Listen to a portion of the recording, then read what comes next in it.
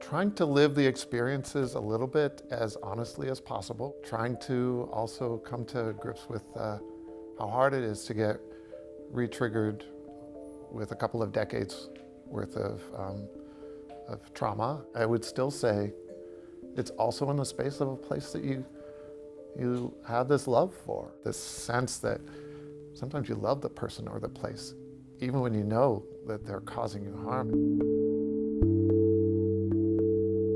What was your experience at Seattle Children's?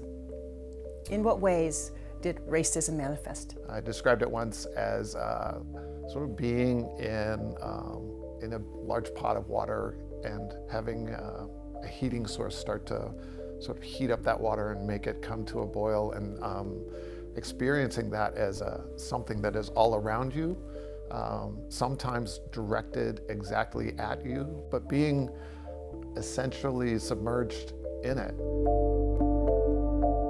It was a combination of some very direct, very personal, very, very traumatic experiences, in addition to a number of experiences that I was watching happen to colleagues and peers, in addition to policies and direct actions that were impacting, maybe most importantly, these amazing families. One of the things that was also an issue in the trial was the CFO in the CEO's office, in a group of people where I was the only Black person, saying that they did not believe in institutional racism. How it impacts somebody like me, trying to see if a hospital can still change, is really powerful, because the silence that follows that means that there's not a challenge to that statement. And in a space where data, science, and knowledge is supposed to really matter, that is a very damning kind of condition. And how did the hospital's response, or lack of a response, to your concerns around this impact you in the workplace and others of color? There's a lot of times when your own self-confidence is undermined in such a way that you just wonder, is this all in my head? Is this something that is really happening? Did I really just hear that? Did that really just happen? They talk about gaslighting. I don't think I knew that term until a few years ago, but that was definitely a component of that experience. I was surprised by the ways in which sometimes a direct harm brought me a sense of shame, of self-recrimination, in addition to feeling outraged, in addition to feeling a sense of personal anger. The effect of being in environments like that is that you feel very much alone. You could be around other people suffering similarly, and you can also still feel very isolated, very alone. There was one jury member who identified as African American. What she said was she would not allow people to substitute with the term N-word, because she wanted people to really hear the fullness of that word and actually understand that that is what was happening, that there was that word, not a substitute for it, not some other phrase that was easier on the ears, that there was that word that was being used.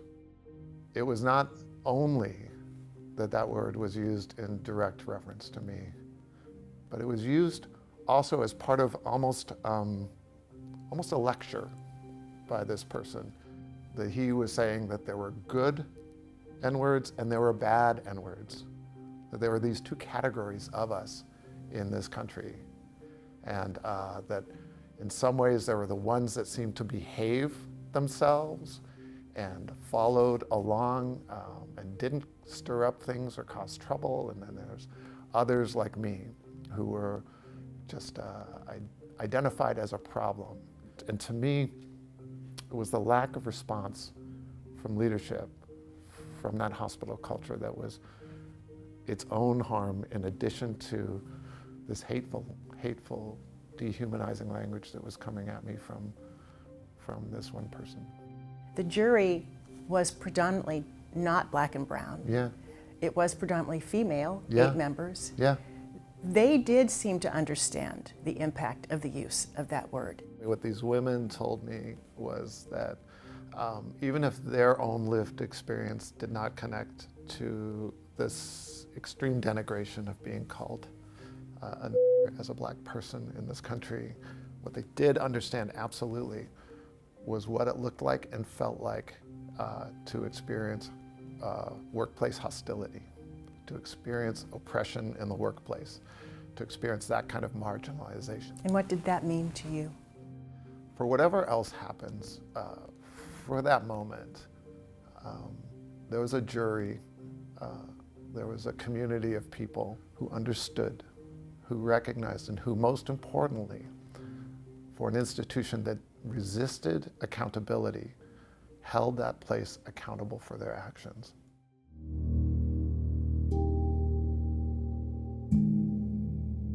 What is the message do you think it sends to other institutions, hospitals and beyond? You can't hide behind the idea that, oh, it's everywhere, so we have no responsibility whatsoever for what happens in our place. You can't hide behind the idea that we just didn't think it was that big a deal, and you shouldn't be making that big a deal out of it. When you are faced with the evidence and the facts that it is happening in your space, in your moment, in a way that you are able to control and you do not control it, you are accountable for those actions and the impacts of those actions. Or you are culpable. You're culpable.